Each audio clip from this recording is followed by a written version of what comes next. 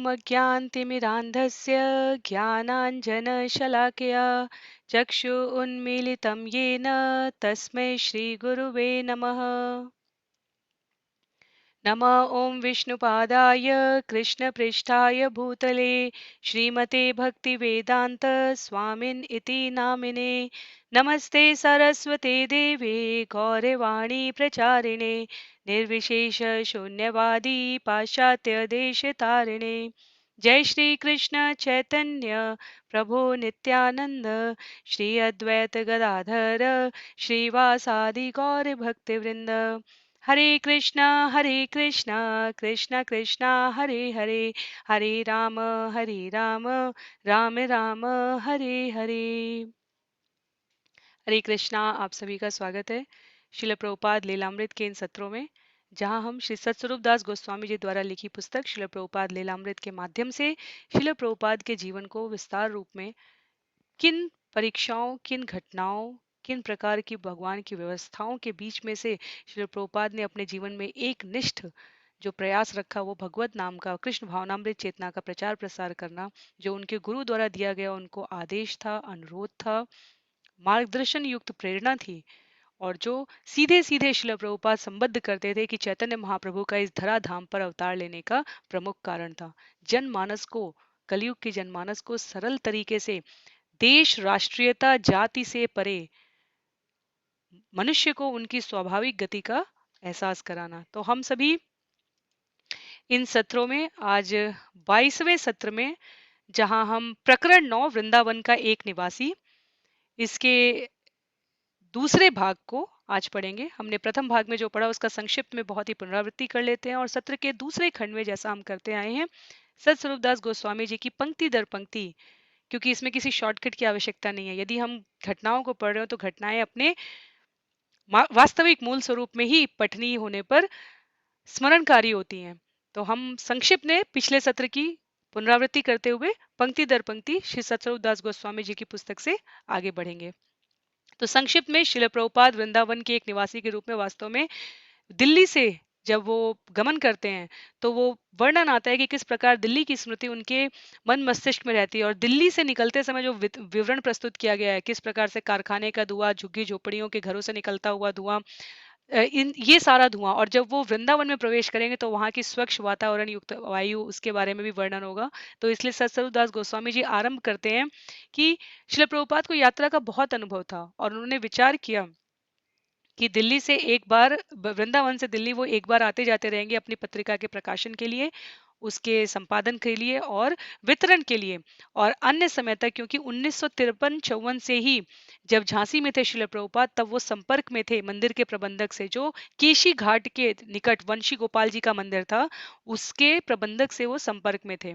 और जब वो दिल्ली से जा रहे हैं तो उनका प्रयास है कि वो उन्हीं के पास जाएंगे, क्योंकि उस मंदिर की छत से पूरा वृंदावन दिखाई देता था। तो श्रील प्रभुपाद को वहां 5 रुपए के अनुदान पे, आबंद पे, जिसे हम आजकल कॉन्ट्रैक्ट कहते हैं, घर किराया कमरा लेने से पहले, 5 रुपए के अनुबंध पर उनको वो ऊपर का कमरा मिल जाता है। वो ऊपर का अकेला कमरा था, और श्रील प्रभुपाद वहां से वृंदावन की छटा देखकर अभिभूत हो जाते थे। तो तत्पश्चात पिछले सत्र में हमने ये भी जाना कि किस प्रकार से श्रील प्रभुपाद अपने जो आध्यात्मिक गुरु परंपरा में वहां पर निवास कर चुके हैं वृंदावन में, उन्होंने उसी पद्धति का पालन करने का विचार किया। तो उनका जो मंगला आरती का समय होता था, तब तक वो लेखन कर रहे होते थे, वो अपनी जपमाला कर रहे होते थे। तत्पश्चात वो सुबह में सभी मंदिरों का दर्शन करते हुए निकलते थे। फिर वो 10-11 बजे तक जब सब्जी और इस प्रकार के सामान लेकर लौटते थे, वो अपना भोजन स्वयं बनाने का प्रयास करते थे। जिस दिन उनके पास समय नहीं, अवकाश नहीं होता था लिखने से, उस दिन वो जो प्रसाद मिलता था उसी पर जीवन यापन कर लेते थे। पर अवसर मिलने पर, और दोपहर में एक बार वो भोजन बनाते थे, उसको भगवान को अर्पित करते थे और प्रसाद पाते थे। सायंकाल जब वो मंदिर में निकलते थे वृंदावन की गलियों में, तो उस अद्भुत स्मरण, जो उनका उसकी स्मृति है, उनको स्मरण करते हुए कहते हैं कि कैसे एक जगह से दूसरे जगह आगे बढ़ते हुए क्रम में एक जगह के मंदिर से या मठ से या स्थान से कीर्तन का निनाद बंद होता था, तो अगला वाला जो स्थान वहां जहां वो पहुंच रहे हैं, वहां से वो उसको पिकअप कर लेते, वहां से वो आरंभ हो जाता था।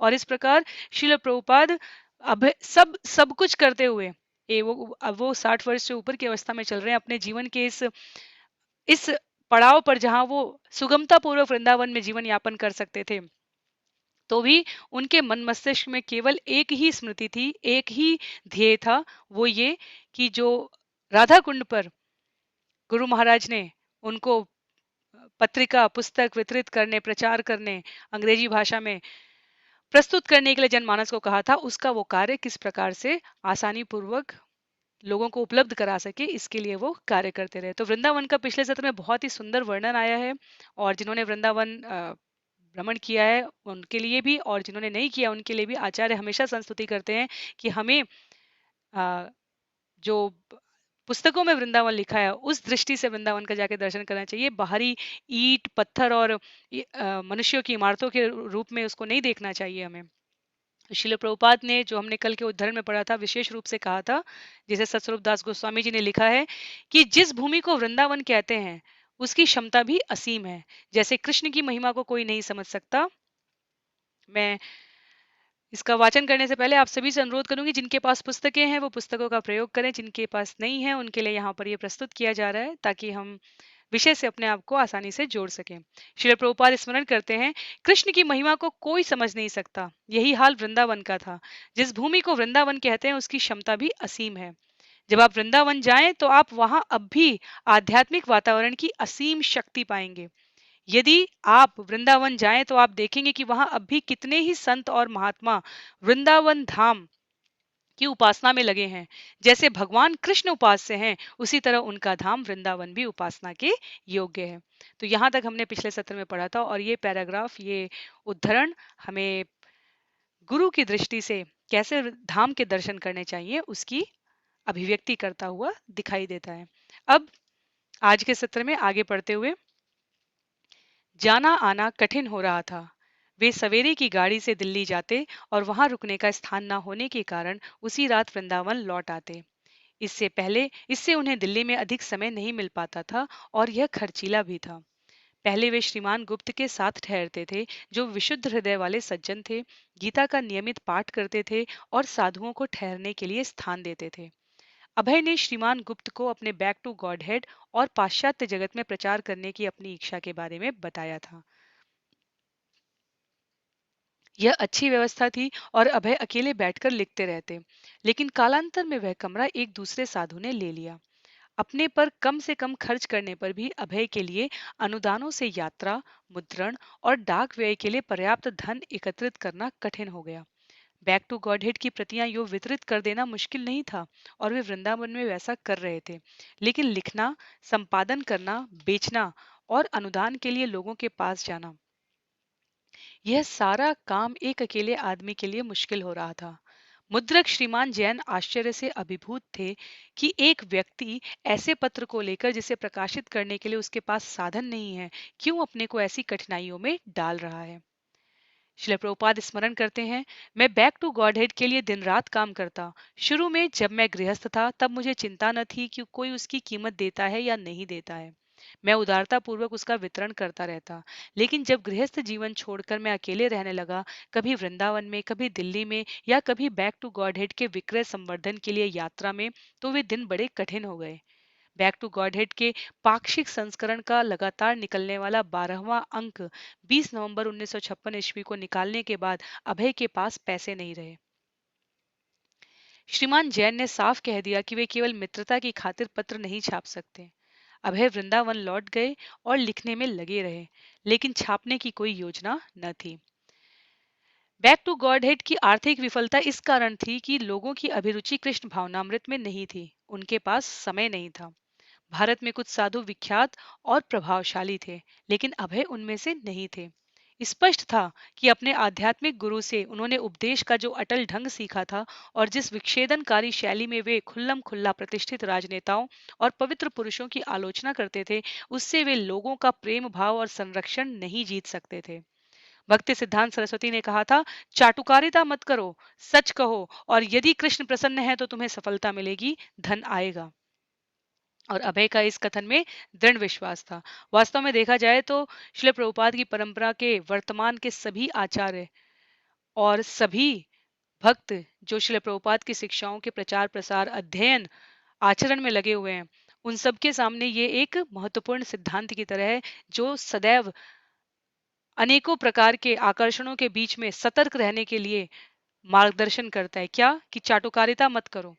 यदि हमारा ध्येय शुद्ध है, स्पष्ट है, तो निश्चित रूप से कृष्ण प्रसन्न रहेंगे, और यदि कृष्ण प्रसन्न रहेंगे तो हमें सफलता अवश्य प्राप्त होगी। तो कतिपय लोगों को प्रसन्न करने के मात्र से कृष्ण से अपने आप को विलग ना करो। अपने आध्यात्मिक गुरु में विश्वास अभय की सबसे बड़ी संपत्ति थी। उनका दृढ़ मत था कि श्रील भक्ति सिद्धांत सरस्वती का अनुसरण करने से उन्हें उनके और भगवान चैतन्य के आशीर्वाद प्राप्त होंगे। यद्यपि विगत 2 वर्षों में उन्होंने सामने आए हर मार्ग का अनुगमन किया था और जहां तक वे ले गया था वे उस पर चले थे, तथापि उनका लक्ष्य एक ही था, अर्थात भक्ति सिद्धांत सरस्वती के आदेश का पालन करना। उन्हें अपने पर विश्वास था, कभी न कभी उन्हें भरपूर समर्थन और अनुकूल श्रोता पाठक मिलेंगे ही। कर्मनिष्ठ सहकर्मी भी उन्हें मिलने ही थे।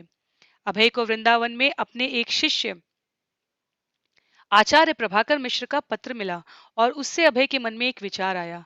आचार्य प्रभाकर मिश्र बंबई में भारतीय विद्या भवन के संस्कृत विभाग के सचिव के रूप में कार्य कर रहे थे। उन्होंने श्रील भक्ति वेदांत प्रभु को बंबई आमंत्रित किया कि पहले की तरह ही दोनों मिलकर वहां उपदेश करें। भारतीय विद्या भवन के संस्थापक निदेशक राज्यपाल के.एम. मुंशी थे, वही राज्यपाल जिनकी पत्नी ने झांसी में राधा मेमोरियल को छोड़ देने के लिए उन पर दबाव डाला था। लेकिन आचार्य प्रभाकर की हाल में ही राज्यपाल से मित्रता हो गई थी और उन्होंने अभय को सूचित किया था कि राज्यपाल से उन्हें सहायता मिल सकती है। इसलिए जनवरी 1957 ईस्वी में अभय ने महंत गोपाल को यह आश्वासन देकर कि मैं लौट कर आऊंगा और अपने कमरे के लिए 5 रुपए प्रतिमास भेजता रहूंगा, बंबई के लिए प्रस्थान किया। आचार्य प्रभाकर ने विभाग के आवास में अभय के रहने की व्यवस्था की और उनका परिचय विभिन्न विद्वानों और धर्मानुयायियों से कराया। उसके बाद वे राज्यपाल मुंशी के संसार में क्या खराबी है विषय पर एक भाषण सुनने गए। तत्पश्चात अभय राज्यपाल के पास गए और उनके भाषण की प्रशंसा करते हुए उन्होंने इस बात पर बल दिया कि आसन्न विश्व आपदाओं को रोकने के लिए एक आध्यात्मिक आंदोलन जरूरी है। भगवत चेतना के बिना भारतीय विद्या भवन में श्री मुंशी का कार्य भी समय की बर्बादी सिद्ध होगा। अभय ने लीग ऑफ डिवोटीज भक्त संघ को पुनर्जीवित करने के संबंध में अपनी रुचि के बारे में बताया और यह सुझाव दिया कि राज्यपाल की सांस्कृतिक परियोजनाओं को भगवत चेतना से समन्वित बनाने के लिए वे भारतीय विद्या भवन के तत्वाधान में कार्य कर सकते हैं। राज्यपाल मुंशी ने इस सुझाव को स्वीकार करते हुए अभय को भगवत गीता के अवैतनिक प्राचार्य का पद प्रदान किया। अभय ने इस पद को स्वीकार किया और राज्यपाल को बैक टू गॉडहेड की कुछ प्रतियां देते हुए उनसे प्रार्थना की कि अवकाश के समय में वे उन्हें पढ़ें। भगवत गीता के अवैतनिक प्राचार्य के रूप में अभय हर कक्षा हरे कृष्ण कीर्तन के साथ आरंभ करते और तब गीता पर व्याख्यान देते। वे भगवान कृष्ण को परम भगवान के रूप में प्रस्तुत करते, किंतु शीघ्र ही उन्हें अपने पद की सीमाओं का ज्ञान हुआ। भारतीय विद्या भवन में अपने भक्त संघ को पुनर्जीवित करने की संभावना नहीं दिखाई दी। कुछ समय बाद अभय भारतीय विद्या भवन के अन्य सदस्यों के साथ वर्ल्ड एकेडमी ऑफ संस्कृत विश्व संस्कृत परिषद के 5वें वार्षिक सम्मेलन में कुरुक्षेत्र में सम्मिलित हुए। वही कुरुक्षेत्र जहां अब से 5000 वर्ष पूर्व भगवान कृष्ण ने गीता का उपदेश दिया था। राष्ट्रपति डॉक्टर राजेंद्र प्रसाद, राज्यपाल मुंशी और सारे भारत से आए अन्य बहुत से विद्वानों और पंडितों ने भाषण दिए, लेकिन हरेक ने अपना राग अलापा जो भगवान कृष्ण के उपदेश से अलग थलग था। इसलिए अभय ने सम्मेलन को समय की बर्बादी समझा। चूंकि उनके बोलने का कार्यक्रम नहीं था और चूंकि गीता पर हुई भक्ति परक चर्चाओं से वे विक्षुब्ध थे और चूंकि उन्हें लगा कि ऐसे सैद्धांतिक सम्मेलनों से कोई व्यवहारिक लाभ नहीं हो सकता, इसलिए वे कुरुक्षेत्र से वृंदावन वापस लौट गए। आचार्य प्रभाकर शीघ्र उनके पास आ गए। वंशी गोपाल मंदिर के अपने कक्ष में प्रभाकर से बात करते हुए अभय ने भक्त संघ को पुनर्जीवित करने की अपनी इच्छा फिर व्यक्त की। बंबई और कुरुक्षेत्र में हल्के स्तर के सांस्कृतिक कार्यक्रमों को देखकर सच्चे भक्तों की एक संस्था की आवश्यकता को वे और अधिक गहराई से अनुभव करने लगे थे। सांस्कृतिक और धार्मिक प्रतिष्ठान बहुत से थे और वे चाहते तो उनमें से किसी में शामिल हो सकते थे, पर ऐसी संस्था कहाँ थी जिससे उनका हार्दिक संबंध हो सके। केवल भक्त संघ या लीग ऑफ डिवोटीज ही भगवान चैतन्य और भक्ति सिद्धांत सरस्वती के निष्कर्षों का समर्थन करता था। और वह निष्कर्ष था परम भगवान श्री कृष्ण की भक्ति का जोरदार विश्वव्यापी प्रचार। अभय ने लीग ऑफ डिवोटीज की ओर से उदार जनता, आधुनिक दार्शनिकों, नेताओं और धर्मानुयायियों के नाम पर एक अपील तैयार की। उन्होंने कहा कि लीग के कार्यकलाप होंगे बैक टू गॉडहेड को अंग्रेजी में और अन्य बहुत सी भाषाओं में अनुवाद सहित प्रकाशित करना, युवा पुरुषों और महिलाओं को विश्वव्यापी प्रचार के लिए प्रशिक्षित करना और मात्र दिव्य साहित्य के प्रकाशनार्थ एक प्रेस चलाना। इन कार्यक्रमों के लिए प्रतिमास लगभग 3,000 रुपए की जरूरत होगी और अभय ने सहायता के लिए अपील की। अंत में उन्होंने कहा, वृंदावन सर्वोपरि महत्व का पवित्र स्थान है और लीग का मुख्यालय इसलिए यहाँ स्थापित है। भारतीय विद्या भवन में गीता का अवैतनिक प्राचार्य और हरि भवन का अवैतनिक सचिव, इन प्रभावोत्पादक नई उपाधियों को अपने नाम के साथ जोड़कर अभय ने आचार्य प्रभाकर के सहयोग से बैक टू गॉडहेड और लीग ऑफ डिवोटीज के लिए समर्थन प्राप्त करने के लिए एक नया अभियान चलाया। कुछ ही दिनों में आचार्य प्रभाकर अपने पद पर बंबई वापस चले गए और अभय वृंदावन में फिर अकेले रह गए। वृंदावन से उन्हें प्रेम था, किंतु वहां उनके पास प्रकाशन और प्रचार का कोई साधन नहीं था, इसलिए वे वहां संतुष्ट नहीं थे। यदि वे यात्रा पर निकल सकते तो वे लीग के लिए सदस्य बना सकते थे। उन्हें कानपुर का ध्यान आया, जो निकट था और जहां सैकड़ों बड़े बड़े कल कारखाने थे और बहुत से धनाढ्य उद्योगपति रहते थे, जिनमें से अपने धंधे के संबंध में यात्राएं करते समय कुछ से उनकी भेंट हो चुकी थी। उन्होंने कानपुर जाने का निर्णय लिया। भक्त संघ की सदस्यता के कुछ फॉर्म छपाने के बाद उन्होंने महंत गोपाल को बताया कि वे कुछ महीने बाहर रहेंगे। महंत को आश्चर्य हुआ।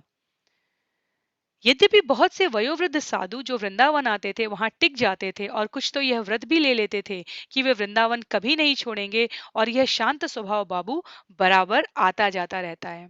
श्रील प्रभुपाद ने अपने बाद के संस्मरणों में भी कहा है कि वो चाहते तो वृंदावन में आराम से एक सरल जीवन जी सकते थे, पर उनकी एकनिष्ठ चेतना तो अपने गुरु के आदेश को चरितार्थ करने में, प्राणी मात्र के कल्याण को मार्गदर्शन देने में लगी हुई थी।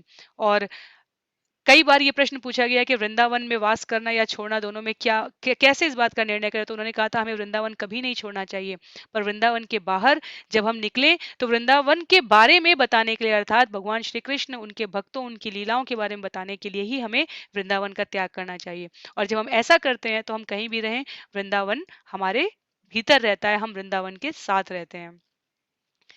कानपुर में विभिन्न घरों में रहते हुए और लीग की सदस्यता के लिए प्रचार करते हुए अभय उत्साहपूर्वक उपदेश कार्य करने लगे।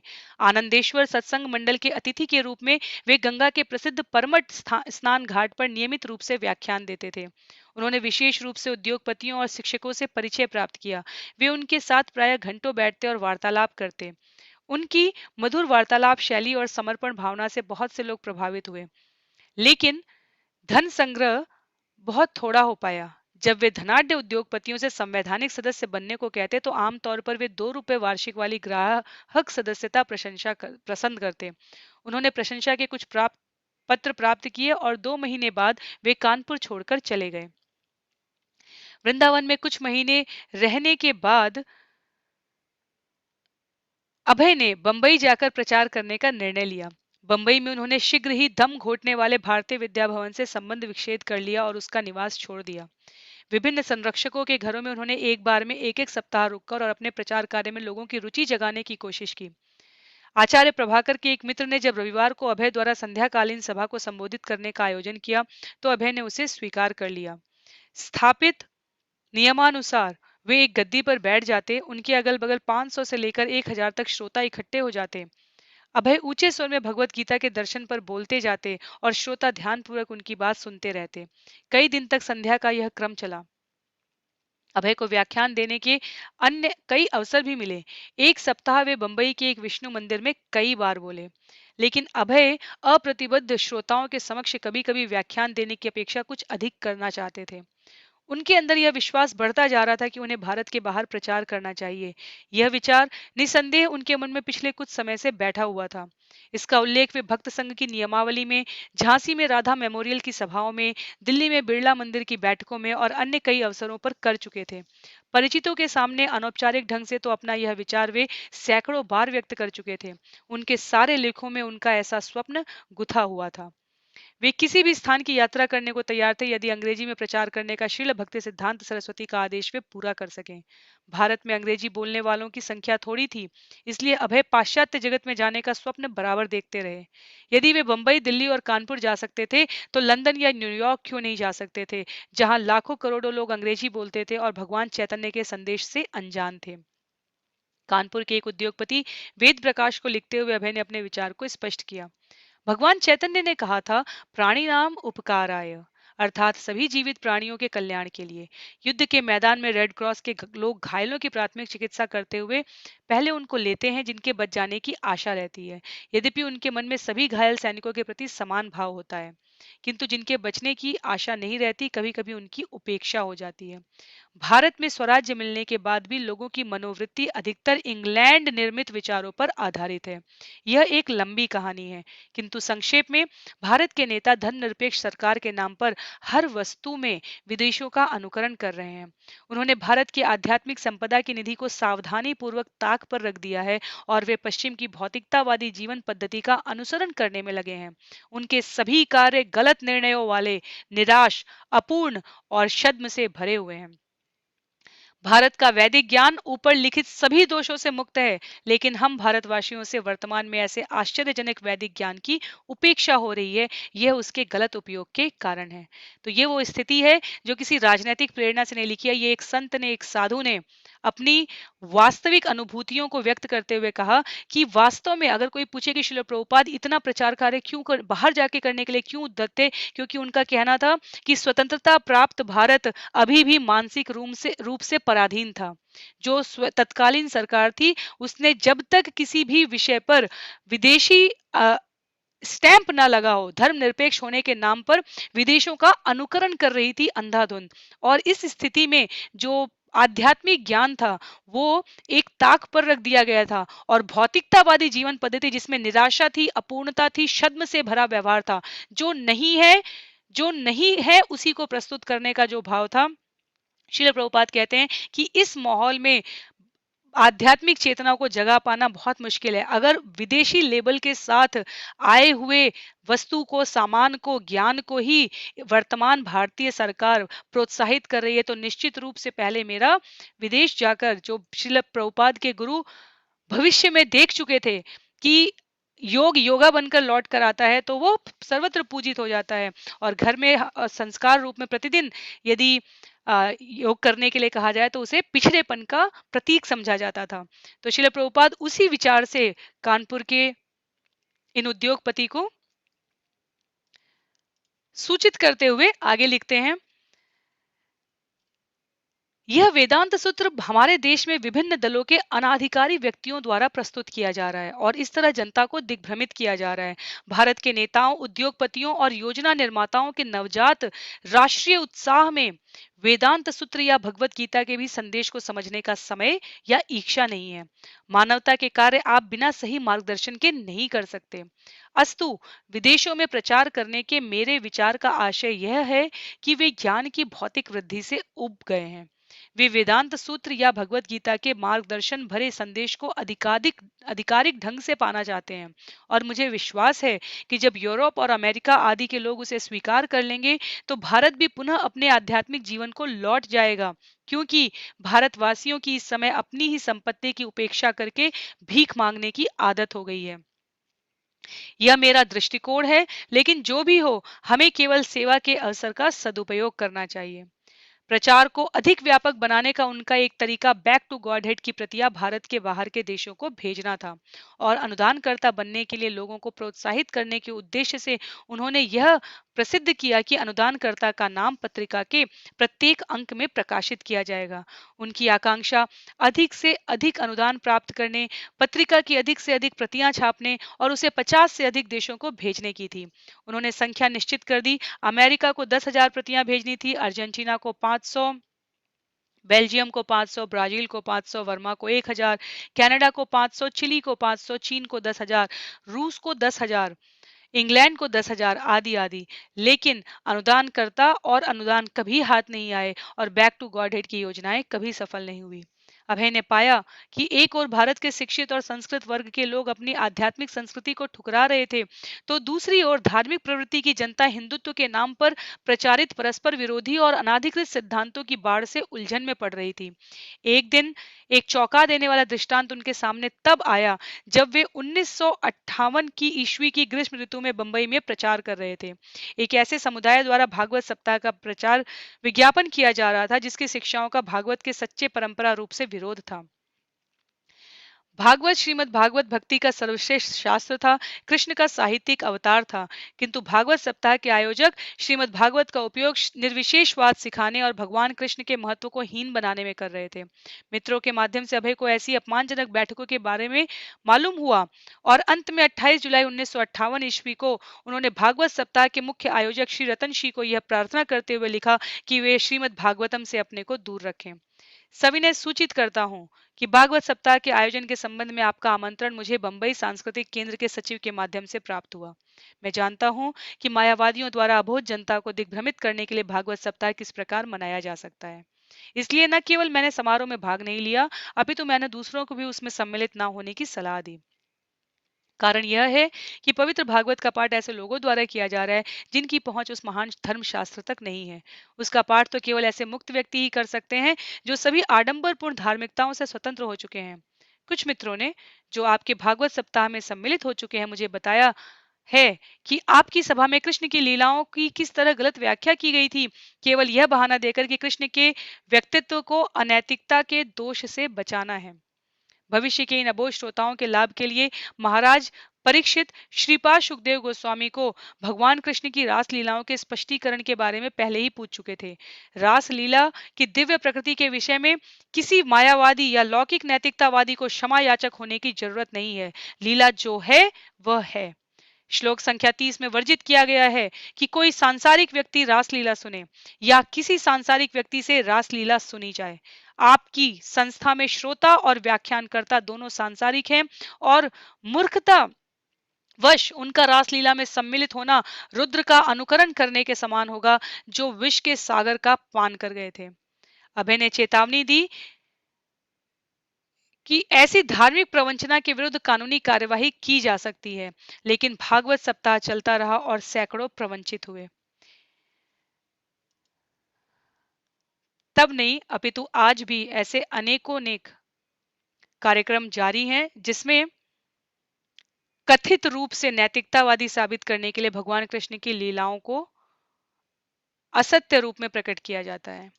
तो श्रील प्रभुपाद की ये जो वेदना है, श्रील प्रभुपाद की शिक्षाओं को, शास्त्रों को सही मार्ग से समझने वाले भक्त आसानी से समझ सकते हैं कि ये कितना दुखद है। एक और वैदिक संस्कृति को मानने वाले अनुयायियों के विश्वास को चक्कर में डाला जा रहा था, दूसरी ओर पाश्चात्य सभ्यता के रंग में रंगे आधुनिक भारतीय वैदिक संस्कृति को पिछड़ी हुई और अप्रासंगिक कहकर त्याग रहे थे। प्रधानमंत्री नेहरू की रुचि आध्यात्मिकता में बिल्कुल ही नहीं थी। वे आधुनिकीकरण के पक्षधर थे और अभय के शब्दों में लंदन में निर्मित विचारों के समर्थक थे। यद्यपि महात्मा गांधी ने अभय के पत्रों का उत्तर कभी नहीं दिया, पर कम से कम उनकी रुचि आध्यात्मिकता में थी, परंतु उनके अनुयायी पंडित नेहरू की नहीं थी।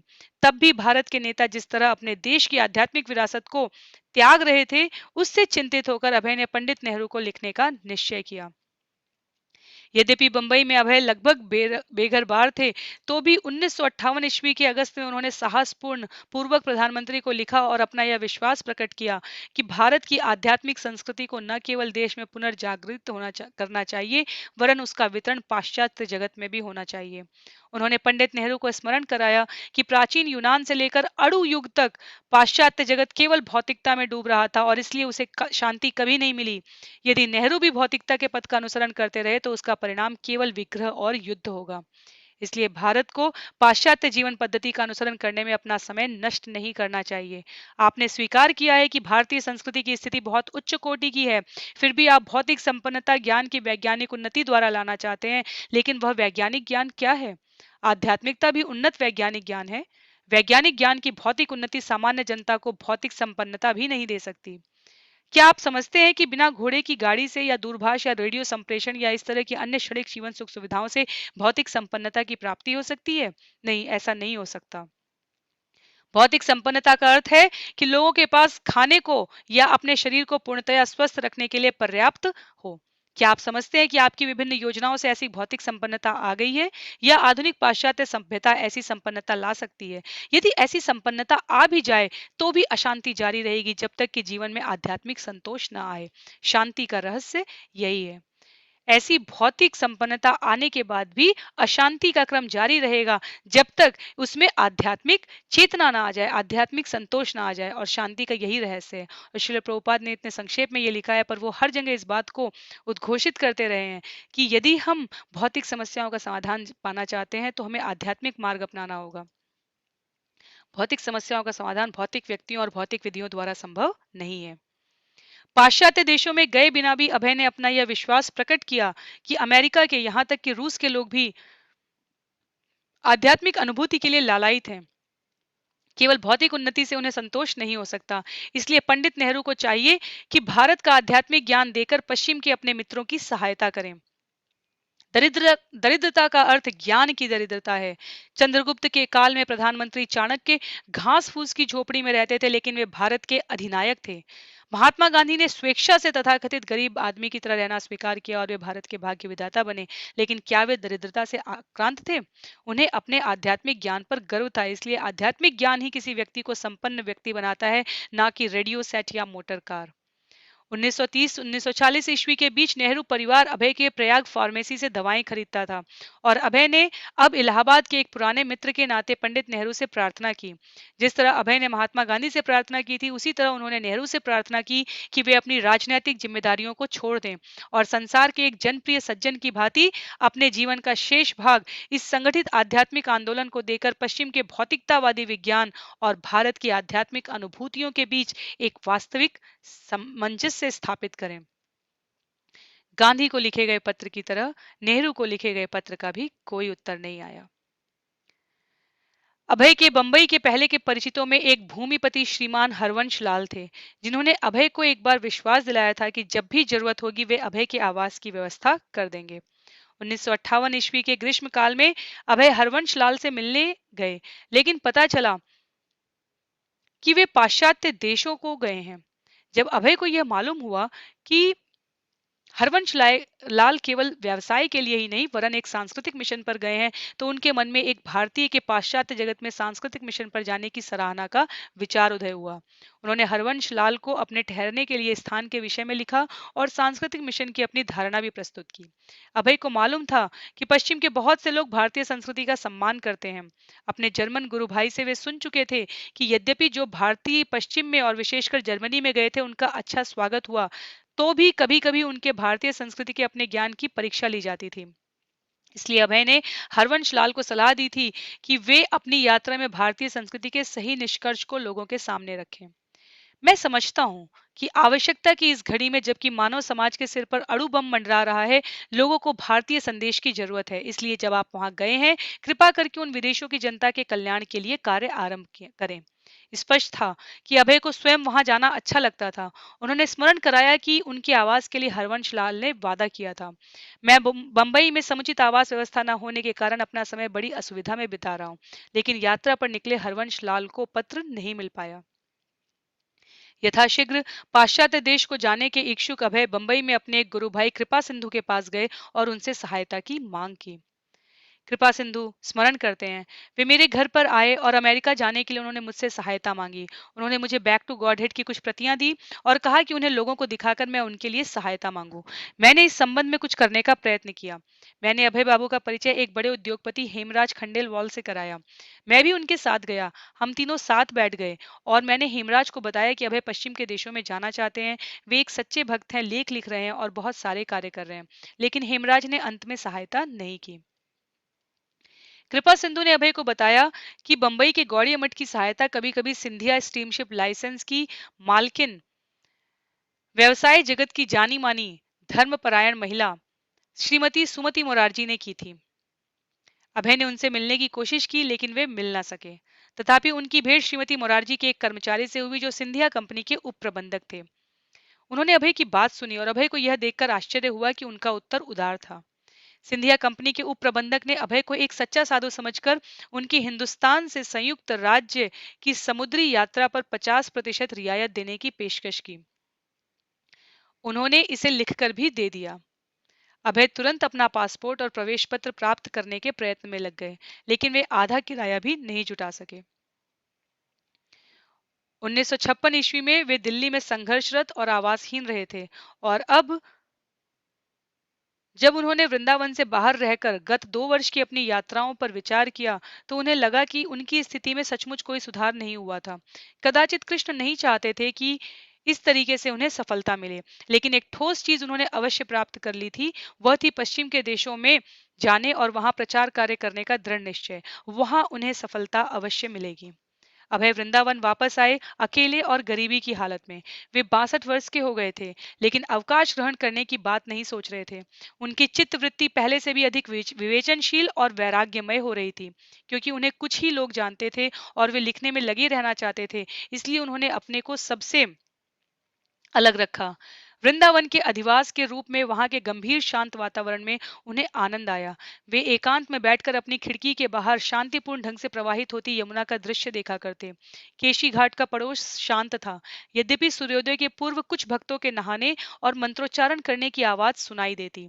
पूर्णिमा की रात में यमुना एक शीतल दैदीप्यमान रत्न की भांति प्रतीत होती थी, और सवेरे सूर्य एक लाल धब्बे की भांति अपारदर्शी दीवार के उस ओर जलती अग्नि की तरह प्रकट होता। तब जैसे उसमें विस्फोट होता और सारा आकाश साफ हो जाता। जब तक दोपहर में सूर्य प्रचंड रूप से धधकने लगता, जब कमरा छाया में होता, अभय अपनी खिड़की से ऊंचे आकाश में उसके झिलमिलाते रूप को देखा करते। नीचे यमुना के शांत रुपहले जल विस्तार में उसका प्रतिबिंब चमचमाता रहता। अपने कमरे से बाहर गए बिना ही अपने दरवाजे पर खड़े होकर अभय मैत्रीपूर्ण वृंदावन में मीलों तक मंदिर के जमघट देख सकते थे। मंदिरों से निकलती हुई यथा समय कीर्तनों और घंट घड़ियालों की ध्वनि और घरों तथा सड़कों से उठती भगवान कृष्ण के प्रति गाए जाने वाले स्वतः स्फूर्त भजनों की गूंज से वातावरण भक्तिमय बना रहता था। ये 1956 की बात हो रही है। श्रील प्रभुपाद 60 वर्ष के 62 वर्ष के हो चुके हैं। 1956-58 की बात है, जब दो तीन वर्ष हो चुके हैं उनको दिल्ली, वृंदावन, कानपुर, बंबई प्रचार करते हुए। पर कहीं से कहीं तक श्रील प्रभुपाद के जीवन में आध्यात्म के प्रचार के लिए थकान नहीं अपितु आध्यात्मिकता के प्रचार के लिए जो भी उनसे मिल रहा है उसको उनके चेहरे पर मुस्कान का अनुभव हो रहा है। और श्रील प्रभुपाद अपनी इस आध्यात्मिक शक्ति ऊर्जा को कहाँ से प्राप्त कर रहे हैं? वृंदावन के इस अद्भुत आध्यात्मिक वातावरण से।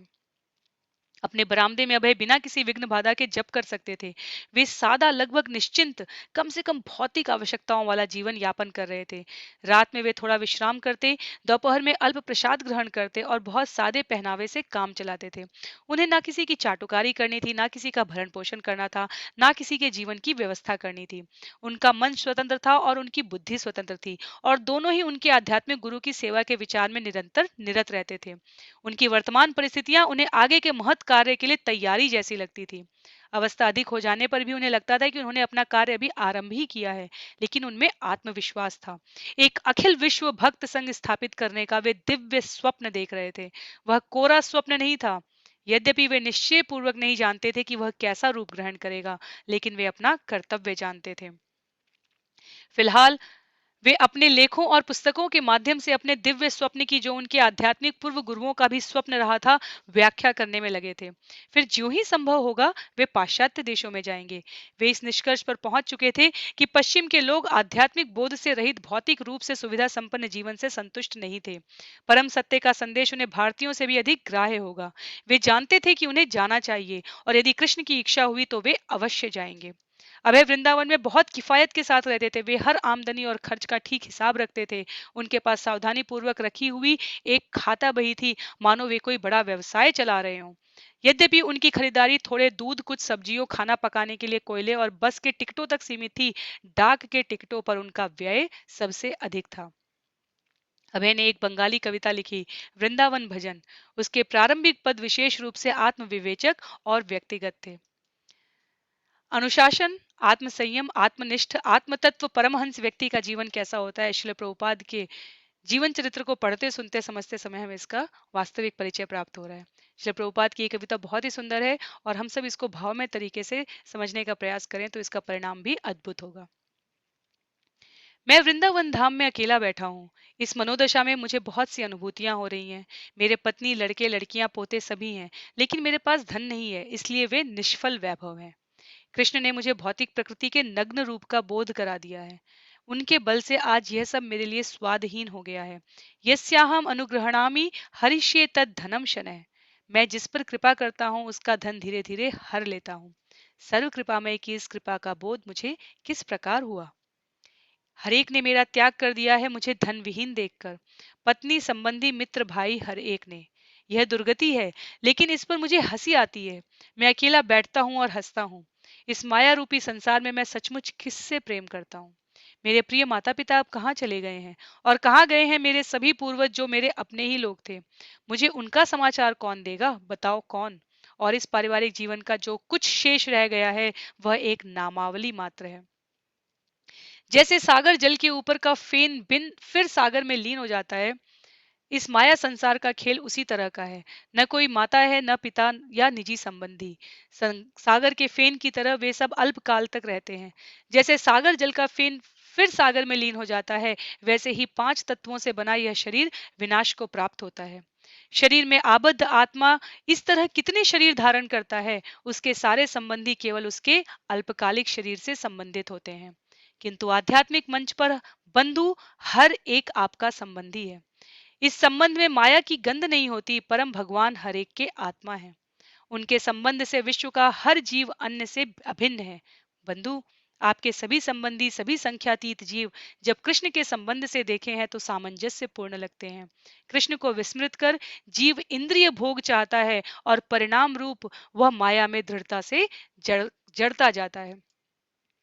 अगर विचार करके देखें तो अनेकों वैष्णव भजन में जो दिव्यता हमें प्राप्त होती है, वो चार पद्य जो हमने यहाँ पर पढ़े हैं, श्री सत्स्वरूप दास गोस्वामी जी द्वारा यहाँ उद्धृत हैं प्रभुपाद लीलामृत में, और जिसे वृंदावन भजन कहते हैं, बंगाली कविता है। अगर हम देखें तो निश्चित रूप से इसमें वो सारा सार लिखा है जो आध्यात्म का ज्ञान प्राप्त करने की हमें समुचित प्रेरणा देता है। एक बार अक्टूबर महीने में दिल्ली की यात्रा करने पर अभय को कविराज वैद्यनाथ सरकार से बैक टू गॉडहेड की 1000 प्रतियां छापने के लिए अनुदान मिला। अभय ने तुरंत बैक टू गॉडहेड का 20 अक्टूबर का संस्करण प्रकाशित किया और उसके मुख पृष्ठ पर अनुदानकर्ता का नाम दिया। 2 वर्षों में बैक टू गॉडहेड का यह पहला अंक था। एक दूसरे अनुदानकर्ता रामलाल कपूर एंड सन्स के श्रीमान सुबोध कुमार कपूर थे, जिन्होंने श्रीमान सरकार के उदाहरण का अनुसरण किया और 20 नवंबर का अंक निकालने के लिए 1000 प्रतियों के लिए अनुदान दिया। नवंबर के अंक में मुख पृष्ठ का लेख था सत्य और सौंदर्य। द टाइम्स ऑफ इंडिया के एक संपादकीय में इस बात का विवेचन था कि सत्य और सौंदर्य एक दूसरे से सुसंगत है या नहीं, और यह मत प्रकट किया गया था कि सत्य सदैव सुंदर नहीं होता, वरन वह अधिकतर कुरूप और अप्रिय होता है। अभय असहमत थे। उनका कहना था कि सत्य इतना सुंदर है कि उसके निमित्त बहुत से ऋषियों, संतों और भक्तों ने सब कुछ त्याग दिया है, लेकिन अनादिकाल से हम सत्य के नाम पर असत्य से प्रेम करने के अभ्यस्त हो गए हैं। फिर भी अभय इस बात पर सहमत थे कि लौकिक सत्य और सौंदर्य सुसंगत नहीं होते। लौकिक सत्य न केवल सुंदर नहीं होता, वह सत्य भी नहीं होता। लौकिक सौंदर्य वास्तविक सौंदर्य नहीं है। अभय ने व्याख्या के रूप में एक कहानी का वर्णन किया। एक बार एक व्यक्ति का एक सुंदर लड़की से प्रेम हो गया। लड़की उससे विमुख बनी रही। जब उस व्यक्ति ने आग्रह किया तो लड़की ने उससे 7 दिन रुक जाने के लिए प्रार्थना की। उसके बाद वह उसका प्रेम स्वीकार कर लेगी। अगले 7 दिन में लड़की ने तेज जुलाब की दवा का इस्तेमाल किया। फलतः उसे बार बार के और दस्त आए।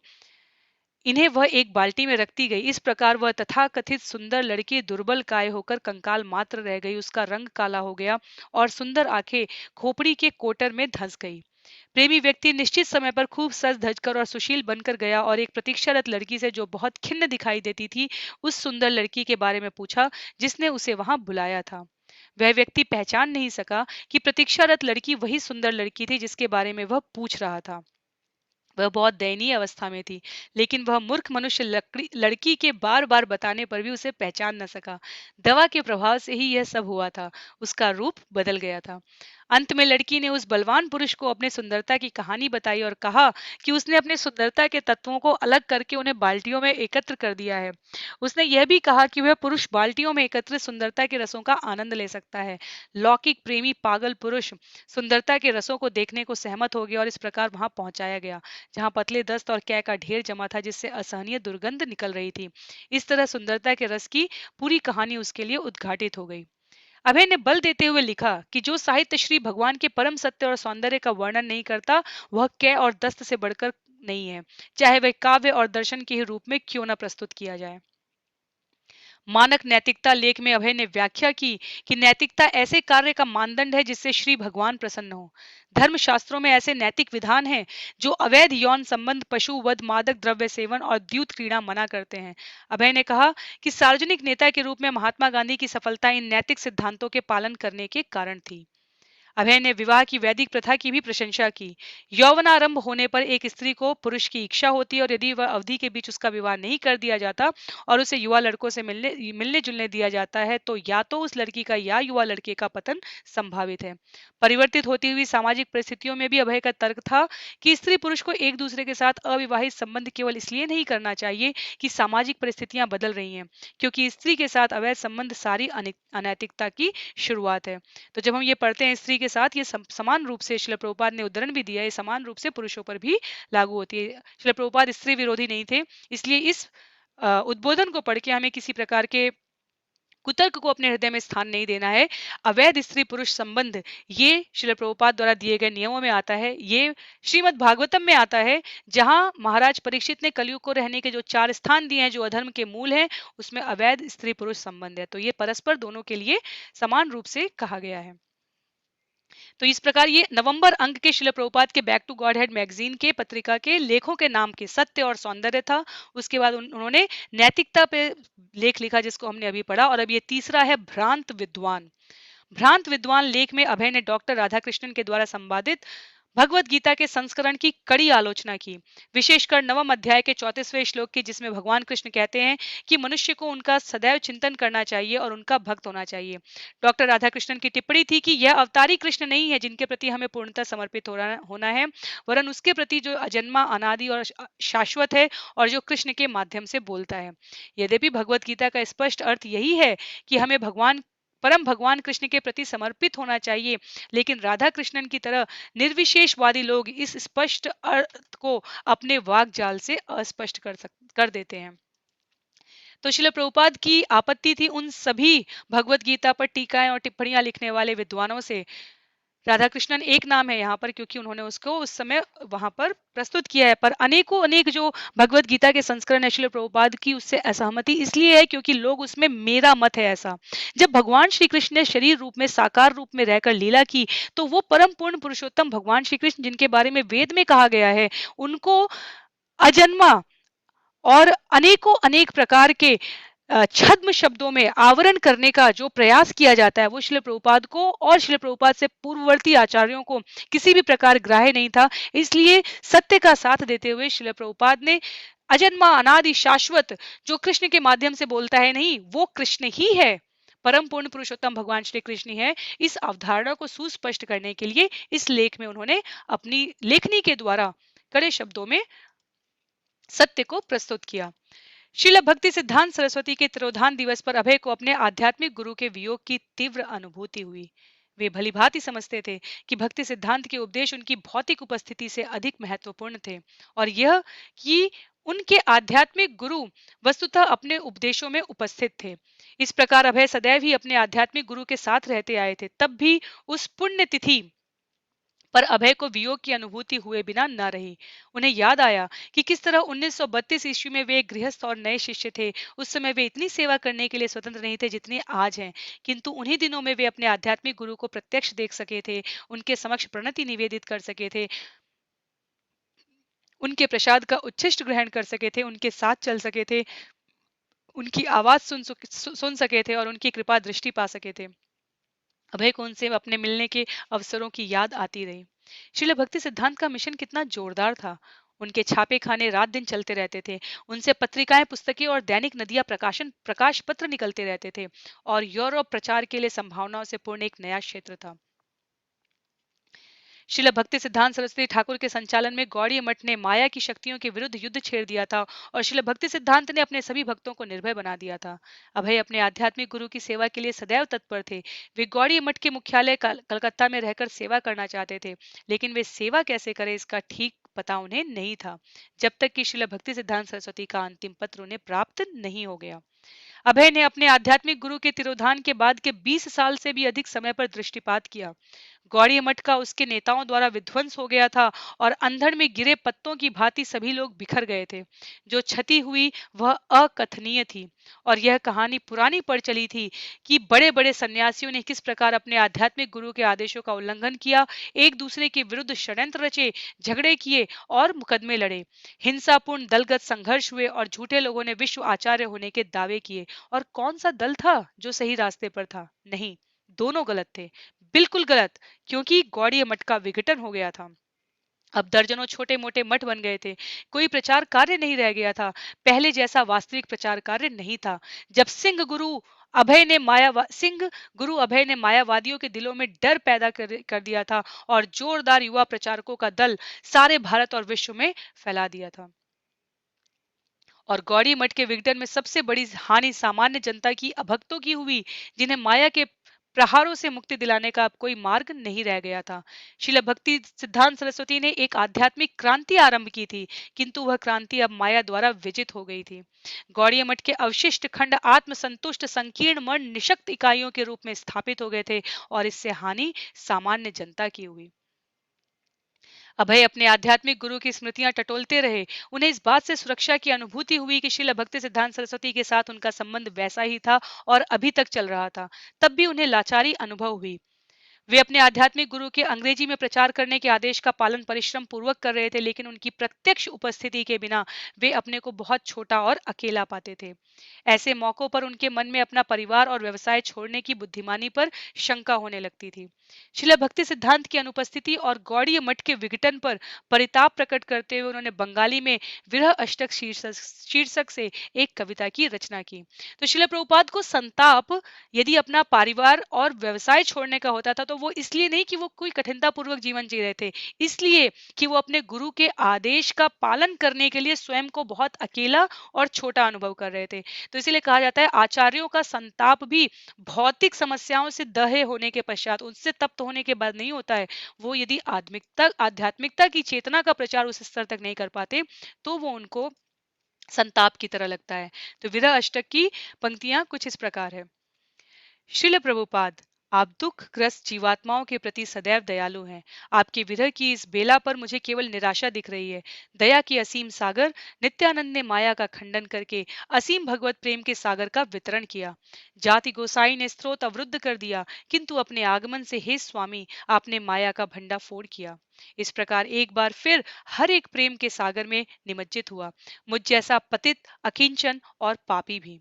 भगवान चैतन्य के आदेश के बल पर आपने अपने सेवकों को गुरु बनाकर द्वार द्वार पर भेजा। सागर से हिमालय तक प्रचार कार्य होने लगा। अब आपकी अनुपस्थिति में सर्वत्र अंधकार हो गया है। हे श्रील प्रभुपाद, आप दुखग्रस्त चित्तात्माओं के प्रति सदैव दयालु हैं। आपके विरह की इस बेला में मुझे केवल निराशा दिखाई देती है। जिस तरह अद्वैत प्रभु भगवान गौर को लाए, उसी तरह भक्ति विनोद ने प्रार्थना की। उनका उत्साह आपको लाया, उनके उत्साह के बल पर आप आए और हर एक को यह बोध कराया कि भारत एक पवित्र देश है।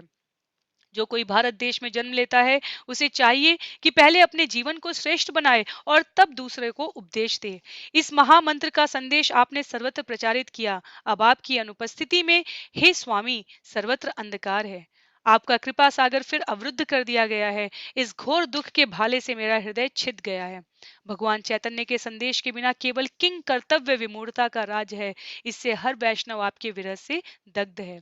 प्रतिबद्ध आत्मा एक बार फिर अंधकार में डूब गए हैं। वे शांति खोज रहे हैं, किंतु चिंता के सागर में डूबते जा रहे हैं। हे श्रील प्रभुपाद, आप दुखग्रस्त जीवात्माओं के प्रति सदैव दयालु हैं। आपके विरह की इस बेला में मुझे केवल निराशा दिखाई देती है। अभय की दृष्टि में अंधकार छाया था। श्रील भक्ति सिद्धांत सरस्वती के जीवन काल में विकसित प्रचार के सुनहरे युग का अंत हो गया था। अभय ने लिखा कि माया के प्रभाव से अब सर्वत्र अंधकार का राज है। सभी भक्ति उपदेशों का नाश हो गया है, अब सब कुछ उल्टा हो गया है। सारे संसार का उद्धार करने वाले दैवी शक्ति संपन्न उस महान व्यक्तित्व के बारे में सोचते हुए अभय ने अपनी लाचारी और दुर्बलता व्यक्त की। उन लोगों के कारण जो भक्ति में स्थिर नहीं है, बहुत सी शाखाएं पनप गई हैं। आपका सच्चा संदेश किसी के कर्ण छिद्रों में प्रवेश नहीं कर पाया। संकीर्तन आंदोलन के लिए मैं शक्ति कहां से पाऊंगा? अपने आध्यात्मिक पिता के बिना वह छोटा सा आध्यात्मिक शिशु कैसे बच सकेगा? अब संसार का उद्धार कौन कर सकेगा जो पहले से भी अधिक आपदाग्रस्त था? शिला भक्ति सिद्धांत ने कहा था कि मृत व्यक्ति उपदेश नहीं दे सकता, केवल जीवित व्यक्ति ही उपदेश दे सकता है। गौड़ीय मठ की विफलता पर अभय और अन्य लोगों को जब तक गहरा दुख होगा तब तक जीवन और आशा रहेगी। यदि हर एक यह अधिकार प्राप्त कर ले और बाहर जाकर शिष्य बनाए तो संसार के दुखग्रस्त जीवों का उद्धार हो सकता है। जो कुछ उनके गुरु भाइयों ने किया था उस पर दुख प्रकट करना व्यर्थ था, लेकिन उसे जानकर उस पर शोभ करने में भी अभय को लगा कि जो कुछ हुआ उसकी पीड़ा के होते हुए भी आगे के लिए आशा की किरण दिखाई देती है। अभय ने इस कविता और वृंदावन भजन को केशव महाराज के पास भेज दिया और उन्होंने उन्हें गौड़ीय पत्रिका में प्रकाशित किया। एक रात अभय ने एक चमत्कार पूर्ण स्वप्न देखा, ऐसा स्वप्न जो उन्होंने गृहस्थ जीवन में कई बार पहले देखा था। उन्होंने देखा कि श्रील भक्ति सिद्धांत सरस्वती उनके सामने प्रकट हुए, ठीक उसी रूप में जिसमें अभय ने उन्हें जीवन काल में उन्हें देखा था। उनके जीवन काल में उन्हें देखा था। लंबे विद्वत्तापूर्ण सन्यासी आध्यात्मिक लोक से कृष्ण के निजी अनुचरों में से सीधे चले आ रहे थे। उन्होंने अभय को पुकारा और संकेत दिया कि वे उनका अनुगमन करें। उन्होंने बार बार पुकारा और संकेत दिया। वे अभय से संन्यास लेने को कह रहे थे। उनका कहना था, आओ सन्यासी बनो। आश्चर्य से अभिभूत होकर अभय जागे। उन्हें यह आदेश उस मूल आदेश का एक अन्य संस्करण लगा जो श्रील भक्ति सिद्धांत सरस्वती ने कलकत्ता की पहली भेंट के समय उन्हें दिया था। वही आदेश जो उनके आध्यात्मिक गुरु ने अपने बाद के पत्र में जोरदार शब्दों में दोहराया था कि प्रचारक बनो और अंग्रेजी के माध्यम से कृष्ण भावनामृत का प्रसार सारे पाश्चात्य जगत में करो। संसार संन्यास का यही उद्देश्य था, नहीं तो उनके आध्यात्मिक गुरु उन्हें इसे स्वीकार करने को क्यों कहते? अभय ने तर्क दिया कि उनके आध्यात्मिक गुरु कह रहे थे कि अब संन्यास ले लो और तुम यह मिशन पूरा करने में वास्तव में सफल हो जाओगे। इसके पहले समय अनुकूल नहीं था। किस प्रकार गुरु शरीर रूप से उपस्थित न होकर, वपु रूप में स्थित न होकर, अपने संदेशों से अपनी अ, जो आत्मा के संबंध है, शाश्वत संबंध है, उसके द्वारा प्रेरणा दे रहे हैं कि इतनी दुर्गम परिस्थितियों में श्रील प्रभुपाद कभी निराश नहीं हुए। उनके जीवन में सदैव आशावादिता बनी रही और अब अपने गुरु महाराज का दर्शन करके ये आशावादिता और मुखर हो उठी। उन्हें लगा कि ये सही समय है संन्यास लेने का, क्योंकि अब समय अनुकूल हो गया, इससे पहले समय अनुकूल नहीं था। अभय ने सावधानी पूर्वक विचार किया। संन्यास लेकर वैष्णव अपने को मनसा वाचा कर्मणा परम भगवान की सेवा के प्रति पूर्णतः समर्पित कर देता है और अन्य सारे धंधे छोड़ देता है। अभय तो ऐसा पहले से ही कर रहे थे। श्रील भक्ति सिद्धांत सरस्वती ने अपने सभी अग्रणी शिष्यों को संन्यास दिया था जिससे वे उनके मिशन को आगे बढ़ाते रहें, लेकिन उन्होंने ऐसा नहीं किया। पाश्चात्य जगत में प्रचार का कार्य गौड़ी मठ के जाने माने सन्यासियों के लिए भी कठिन सिद्ध हुआ था। तो अभय जो मात्र एक गृहस्थ थे, कैसे मान लेते कि वे वहां सफल होंगे जहां औरों को विफलता मिली थी? उनके मन में हिचक थी। जो बेबसी, जो असमर्थता उन्होंने अपनी विरह अष्टक कविता में प्रकट की थी, वही उनके मन में छाई थी। लेकिन अब उनके आध्यात्मिक गुरु उन्हें इशारे से बुला रहे थे कि ऐसे सारे विचारों को, यहाँ तक कि अपनी स्वाभाविक विनम्रता भी छोड़ दो। यद्यपि अब वे वृद्ध हो गए थे और अकेले थे, लेकिन अपने आध्यात्मिक गुरु की भांति प्रचार करने की इच्छा उनके मन में बनी थी, ऐसा जिसे वे शांत ढंग से प्रकट करते थे। वैदिक मान्यता और पूर्व आचार्यों द्वारा स्थापित दृष्टांत यह था कि यदि कोई प्रचार आंदोलन का संचालन करना चाहता है तो उसके लिए संन्यास जरूरी है। श्रील भक्ति सिद्धांत ने अपने मिशनरी कार्य की सुविधा के लिए संन्यास ग्रहण किया था। भगवान चैतन्य ने संकीर्तन आंदोलन को आगे बढ़ाने के उद्देश्य से संन्यास ग्रहण लिया था। निसंदेह महाप्रभु चैतन्य परम भगवान थे, लेकिन जब उनके युवा शिष्यों ने उनको सामान्य पुरुष मानकर उनके प्रति असम्मान दिखाया तो उन्होंने संन्यास ले लिया था। चूंकि किसी सन्यासी का लोग स्वतः सम्मान करते हैं, इसलिए भगवान चैतन्य द्वारा संन्यास धारण करना जानबूझकर अपनाई गई एक तरकीब थी। सन्यासी का वेश धारण कर जो ही वे देश भर में घूमने लगे, उनके संकीर्तन आंदोलन की ओर हजारों लोग आकृष्ट हो गए। यह जानते हुए कि बहुत से प्रवंचक गेरुआ वस्त्र धारण करके सन्यासियों को मिलने वाले सम्मान का दुरुपयोग करेंगे, भगवान चैतन्य ने कलयुग में सन्यास ग्रहण की मनाही की थी। वे जानते थे कि प्रवंचक साधुओं का वेश बनाकर अनैतिक आचरण करेंगे, धन संग्रह करके भोग विलास में लगेंगे और केवल अपनी प्रतिष्ठा बढ़ाने के लिए अनुयायी बनाएंगे और अपने आप को स्वामी कहकर जनता को धोखा देंगे। चूंकि कलयुग में लोग सन्यास के विधि विधानों का पालन नहीं कर सकते, इसलिए भगवान चैतन्य की संस्तुति थी कि सब लोग केवल हरे कृष्ण का जाप करें। किंतु यदि कोई वास्तव में नियमों का पालन कर सके और विशेषकर यदि उसे संकीर्तन आंदोलन फैलाना हो, तो उसके लिए सन्यास आवश्यक होगा। अभय को अनुमति के लिए पहले अपने एक गुरु भाई के पास जाना था। उन्होंने कलकत्ता में चैतन्य गौड़ीय मठ के प्रमुख भक्ति विलास तीर्थ महाराज पूर्व नाम कुंज बिहारी के पास जाने का निश्चय किया। अब भी चैतन्य मठ को अपने आध्यात्मिक गुरु के मिशन का मुख्यालय मानते थे। उग्र कानूनी लड़ाइयों में चैतन्य मठ सर्वाधिक महत्वपूर्ण संपत्ति थी और 1948 ईस्वी से वह भक्ति विलास तीर्थ महाराज के वैध अधिकार में था।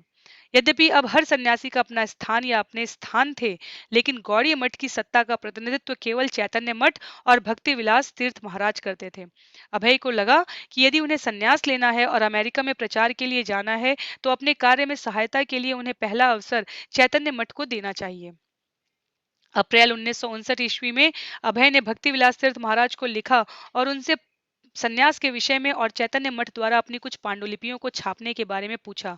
और चूंकि कोई विदेश नहीं जा रहा था, इसलिए उन्होंने चैतन्य मठ की ओर से स्वयं जाने की तत्परता प्रकट की। भक्ति विलास तीर्थ महाराज ने उत्तर दिया कि उन्हें पहले चैतन्य मठ में सम्मिलित हो जाना चाहिए। जो झगड़ा अब भी चल रहा था, उसके विषय में उन्होंने उल्लेख किया कि जो चैतन्य मठ के विरुद्ध कार्य कर रहे हैं, वे अपने व्यक्तिगत स्वार्थों से प्रेरित हैं। उन्होंने कहा कि जो कोई भी चैतन्य मठ के विरुद्ध कार्य कर रहा है, उसका व्यवहार तर्कहीन और भक्ति सिद्धांत सरस्वती के आदेशों के विपरीत है। इसलिए तीर्थ महाराज के अनुसार अभय के लिए जो करणीय था और जिसकी वे इतने वर्षों से अवहेलना करते आए थे, वह यह था कि वे चैतन्य मठ में सम्मिलित हो जाएं और उनके निर्देशन में कार्य करें। तीर्थ महाराज ने चैतन्य मठ के ऐसे कई सदस्यों का उल्लेख किया जिन्होंने हाल में संन्यास लिया था और उन्होंने कहा कि अभय को भी समय रहते संन्यास ले लेना चाहिए। उन्होंने अभय को आने और चैतन्य मठ में रहने के लिए आमंत्रित किया। जो मकान हमारे पास हैं, उनके कमरे खुली हवा और प्रकाश वाले हैं। हम आपको विशेष सुविधाएं प्रदान करेंगे, कोई कठिनाई होगी नहीं होगी। हम ख्याल रखेंगे कि आपको कोई असुविधा ना हो। लेकिन जहां तक किताबें छापने का प्रश्न था, हम भक्ति पर आधारित सत्संग और वेदांत जैसी तथा गोस्वामियों द्वारा रचित अन्य बहुत से दुर्लभ पुस्तकों को छापने की उत्सुकता से प्रतीक्षा कर रहे हैं। उन्हें हम पहले छापेंगे। आपके द्वारा लिखित पुस्तकें संपादकीय विभाग द्वारा जांची जाएंगी और यदि धन प्राप्त किया जा सका तो प्राथमिकता के अनुसार उनका मुद्रण हो सकता है। पुस्तकें तभी मुद्रित होंगी यदि वे चैतन्य मठ की सेवा के लिए उपयोगी होंगी। इसलिए यदि धन संग्रह हो सका तो विदेश जाने की भी योजना है। अभय उत्साहित नहीं हुआ। उन्हें लगा कि मुख्य कठिनाई यह थी कि चैतन्य मठ के पास धनाभाव था। श्रील प्रभुपाद स्मरण करते हैं, मैं अपने टूटे टाइपराइटर से काम ले रहा था। मैं तीर्थ महाराज के पास गया और बोला, आप मुझे एक कमरा दे दीजिए और मेरी पुस्तकें छाप दीजिए। मुझे कुछ पैसे दीजिए, मैं आपके साथ आ जाऊंगा। मैंने सोचा कि यह गुरु महाराज की संस्था है। उन्होंने न नहीं कहा, लेकिन पुस्तकें छापना उनके लिए कठिन कार्य था। उनके पास धन नहीं था। मुश्किल से वे निर्वाह भर के लिए इकट्ठा कर पा रहे थे। पुस्तकें छापना बड़ा भारी धंधा है और उनकी बिक्री की कोई गारंटी नहीं है। बिना पुस्तकों की छपाई और पश्चिम की यात्रा के सन्यास का अभय के लिए कोई अर्थ नहीं था। और कौन जानता था कि तीर्थ महाराज उन्हें सन्यास लेने की अनुमति कब देंगे। कलकत्ता जाकर केवल खुली हवा और प्रकाश वाले कमरे में रहने का कोई मतलब नहीं था। यह तो उनके पास वृंदावन में भी था। यह तो उनके पास वृंदावन में भी थे। अभय ने तीर्थ महाराज को उत्तर दिया और उसमें अंग्रेजी भाषी जनता में जाकर प्रचार करने के लिए श्रील भक्ति सिद्धांत सरस्वती के सीधे आदेश का उल्लेख किया। वे पश्चिम के देशों को तुरंत जाना चाहते थे और उन्होंने सोचा था कि चैतन्य मठ उनके इस प्रस्ताव का स्वागत करेगा। अभय और तीर्थ महाराज दोनों की जिम्मेदारियां थी, लेकिन मिलकर कार्य करने से शायद वे अपने आध्यात्मिक गुरु की इच्छाओं को पूरा कर सकें। अभय ने तीर्थ महाराज को पुनः विचार करने को कहा। 7 मई 1959 ईस्वी को भक्ति विलास तीर्थ महाराज ने जवाब दिया, मेरा सुझाव यह है कि शीघ्रता में कोई निर्णय न ले। अभी आप हमारे साथ रहें और अपने को संस्था की सेवाओं में लगाएं और तब त्रिदंड संन्यास लें। त्रिदंड धारण करने का उद्देश्य संस्था की सेवा करना है। यदि आपकी यही इच्छा है कि श्री चैतन्य मठ आपके अमेरिका जाकर प्रचार करने के बारे में तय करेगा और उसके लिए सारी व्यवस्था करेगा। संस्था का यह सिद्धांत कभी नहीं हो सकता कि हर व्यक्ति को उसकी इच्छा या प्रयास के अनुसार कार्य करने दिया जाए। प्रमुखों के परामर्श से संस्था तय करेगी कि किसे क्या करना है। मैं केवल यही कहना चाहता हूँ, सबसे पहले व्यक्ति को संस्था के साथ अपना तारतम्य स्थापित करना आवश्यक है। अमेरिका या बाहर के अन्य देशों में प्रचार करने के लिए यह आवश्यक है कि पृष्ठभूमि में एक गौरवशाली संगठन हो, और दूसरे यह भी जरूरी है कि विदेशों में प्रचार करने के लिए जाने से पहले व्यक्ति भारत में ख्याति अर्जित कर ले। पश्चिम में पहले की तरफ सभाएं या बैठक नहीं होती, संचार दूरदर्शन के माध्यम से होता है। अभय चैतन्य मठ की आवश्यकताएं और प्राथमिकताएं समझ गए थे, लेकिन वे इसके लिए तैयार नहीं थे कि भक्ति सिद्धांत सरस्वती ने पश्चिम में जाकर प्रचार करने का जो सर्वोच्च आदेश दिया था उसका उल्लंघन हो। अभय ने चैतन्य मठ के नेताओं को अपनी सेवाएं यह सोचकर अर्पित की थी कि वे लोग भी उन्हीं जैसा सोचते होंगे। उनका विचार था कि कृष्ण भावनामृत के लिए तड़पते हुए संसार की तात्कालिक जरूरत देखकर मठ के नेता समझ जाएंगे कि अभय बाबू में उत्साह है और आत्मविश्वास है, और वे जो कुछ भी मांगते हैं उसकी व्यवस्था करके उन्हें तुरंत पश्चिम भेज देना चाहिए। लेकिन उनकी प्राथमिकताएं और ही थी। तो श्रील प्रभुपाद ने सदैव, यदि हमें स्मरण हो, तो उन्होंने दिल्ली में भी भक्ति सारंग गोस्वामी महाराज, मथुरा में केशव महाराज, इन सब की सहायता इसलिए की थी क्योंकि उन्होंने वहां पर उद्धृत किया था कि गुरु भाइयों के साथ मिलकर सेवा करना कदाचित उनके जीवन का लक्ष्य रहना चाहिए, ऐसा उनके गुरु महाराज सदैव चाहते थे। पर आज जब वो अपने आत्मविश्वास, अपने ज्ञान और अपनी तत्परता के साथ पहुंचे, तो चैतन्य मठ अपनी प्राथमिकताओं के साथ प्रस्तुत हो गया। अभय अब मथुरा के केशव महाराज की ओर उन्मुख हुए और केशव महाराज ने उन्हें तुरंत संन्यास लेने को कहा। तीर्थ महाराज से पत्र व्यवहार के बाद संन्यास लेने के विषय में वे कुछ अनिश्चितता अनुभव करने लगे थे, और अब क्योंकि उन्हें साग्रह प्रोत्साहित किया जा रहा था, अतः वे विरोध कर रहे थे। लेकिन केशव महाराज का आग्रह बना रहा। श्रील प्रभुपाद स्मरण करते हैं, कुछ लिखता हुआ मैं वृंदावन में अकेला बैठा था। मेरे गुरु भाई ने आग्रह पूर्वक कहा, भक्ति वेदांत प्रभु, आपको यह जरूर कर लेना चाहिए। संन्यास लिए बिना कोई प्रचारक नहीं बन सकता। इस तरह वे आग्रह करते रहे। आग्रह वे नहीं कर रहे थे, सचमुच मेरे आध्यात्मिक गुरु आग्रह कर रहे थे। वे चाहते थे कि मैं प्रचारक बनूं, इसलिए वे मेरे इस गुरु भाई के माध्यम से आग्रह कर रहे थे कि मैं संन्यास ले लूं। अस्तु, अनिच्छा पूर्वक मैंने संन्यास ग्रहण किया। केशव जी गौड़ीय मठ मथुरा नगर के एक बाजार के मध्य स्थित था। इसका मुख्य रास्ता मेहराबदार फाटक से होकर आंगन में जाता था। आंगन ऊपर से किसी धातु की जाली से ढका था। मठ का स्थापत्य वंशी गोपाल जी मंदिर जैसा था। वातावरण मठ जैसा शांत और एकांत था। वहां के लिए अभय सुपरिचित और समादृत व्यक्ति थे। वे वहां रहे थे और वहां के पुस्तकालय में बैठकर उन्होंने अध्ययन और लेखन कार्य किया था तथा गौड़ीय पत्रिका का संपादन किया था। मठ को उन्होंने भगवान चैतन्य के शिव विग्रह का दान किया था, जो राधा और कृष्ण श्री श्री राधा विनोद बिहारी जी के विग्रहों के बगल में आसन पर विराजमान थे। किंतु सितंबर 1959 ईस्वी की मथुरा की यह यात्रा कोई एक सामान्य यात्रा नहीं थी। वे मठ में श्वेत वस्त्र धारण करके अभय बाबू के रूप में प्रविष्ट हुए, किंतु शीघ्र ही गेरुए वस्त्र में एक सन्यासी के रूप में उन्हें बाहर निकलना था। पिछले 9 वर्षों से अभय एक विरक्त की भांति रह रहे थे। उन्हें किसी समारोह का आयोजन करके या गेरुआ वस्त्र धारण करके अपने को साधु घोषित करने की जरूरत नहीं थी। लेकिन यह परंपरा का विधान था कि जीवन के अंत में मनुष्य को त्रिदंडी संन्यास लेना चाहिए। वे धोखेबाज सन्यासियों के बारे में जानते थे। वृंदावन में भी उन्होंने ऐसे तथाकथित साधु देखे थे जो प्रचार नहीं करते थे, वरन चपातियों की खोज में अपना समय बिताते थे। वृंदावन के कुछ स्वामी तो अवैध स्त्री संभोग जैसे कर्मों में भी लिप्त थे, जिनका परित्याग करने के लिए ही उनका यहाँ आगमन माना जाता था। ऐसे लोग सन्यास को उपहास का पात्र बना रहे थे। और जाति गोस्वामी भी थे जो साधारण गृहस्थों की तरह रहते थे और अपने परिवार के पालन के लिए धंधे के रूप में मंदिरों का संचालन करते थे। वे अपने जन्म के झूठे आधार पर जनता से सम्मान और अनुदान प्राप्त करते थे। अभय को सन्यास के इन दुरुपयोगों का पता था, लेकिन वे सन्यास के वास्तविक उद्देश्य से भी अवगत थे। सन्यास प्रचार के लिए था। 17 सितंबर 1959 ईस्वी को सवेरे केशव जी मठ की दूसरी मंजिल पर 50 फुट लंबे और 25 फुट चौड़े कमरे में राधा कृष्ण और भगवान चैतन्य के विग्रहों के सामने भक्तों का एक दल बैठा था। श्री विग्रहों को रंग बिरंगी राजकीय वेशभूषा में और चांदी के मुकुटों से सजाया गया था। राधा रानी की दाहिनी हथेली आराधकों के लिए एक वरदान की मुद्रा में आगे की ओर उठी थी। बाएं हाथ में कृष्ण के लिए वे एक पुष्प लिए थी। कृष्ण एक नर्तक की मुद्रा में खड़े थे। उनका दाहिना पैर बाएं से आगे बढ़ा हुआ अंगूठे के बल पर स्थित था। लंबी रुपहली बांसुरी रक्तिम अधरों पर लावण्यमय ढंग से रखे हुए वे वादन कर रहे थे। सिर के लंबे काले बाल उनके कंधों के नीचे तक लटक रहे थे और गले में पड़ी गेंदे के फूलों की माला उनके घुटनों तक पहुंच रही थी। उनकी दाहिनी ओर भगवान चैतन्य की प्रतिमा थी। उनकी दाहिनी बाह उठी थी, बाई बाह बगल में थी। शरीर सीधा तना था और पैर जुड़े थे। उनका रंग हल्का सुनहरा था, आंखें बड़ी थी, रक्ताभ मुखाकृति सुंदर थी। सीधे काले बाल कंधों तक लटक रहे थे। श्री विग्रहों के कुछ नीचे के आसन पर आध्यात्मिक गुरुओं के चित्र गुरु परंपरा के क्रम में स्थित थे। जगन्नाथ दास बाबा जी, भक्ति विनोद ठाकुर, गौर किशोर दास बाबा जी, भक्ति सिद्धांत सरस्वती, भक्ति प्रज्ञान केशव महाराज। अभय 90 वर्षीय सनातन के पास, जिन्हें उसी दिन संन्यास लेना था, कुश के आसन पर बैठे। इन दोनों अभ्यर्थियों के सामने बैठे केशव महाराज के शिष्य नारायण महाराज मंत्रों के पाठ और यज्ञ के अनुष्ठान के लिए अग्नि में धान्य और घी की आहुतियां डालने की तैयारी करने लगे। अभय के गुरु भाई अकिंचन कृष्णदास बाबा जी, जो अपने मधुर संगीत के लिए प्रसिद्ध थे, मृदंग बजा रहे थे और वैष्णव भजन गा रहे थे। ऊंचे आसन पर बैठे अनुग्रह मूर्ति केशव महाराज अध्यक्षता कर रहे थे। चूंकि न तो कोई नोटिस जारी किया गया था और न किसी को निमंत्रण भेजा गया था, इसलिए मठ के कुछ अधिवासी ही उपस्थित थे। नारायण महाराज ने कुछ अपेक्षित मंत्र पढ़े और तब वे शांत होकर बैठ गए और केशव महाराज व्याख्यान देने लगे। तब सबको आश्चर्य में डालते हुए उन्होंने अभय से बोलने को कहा। अभय को इसकी आशा न थी।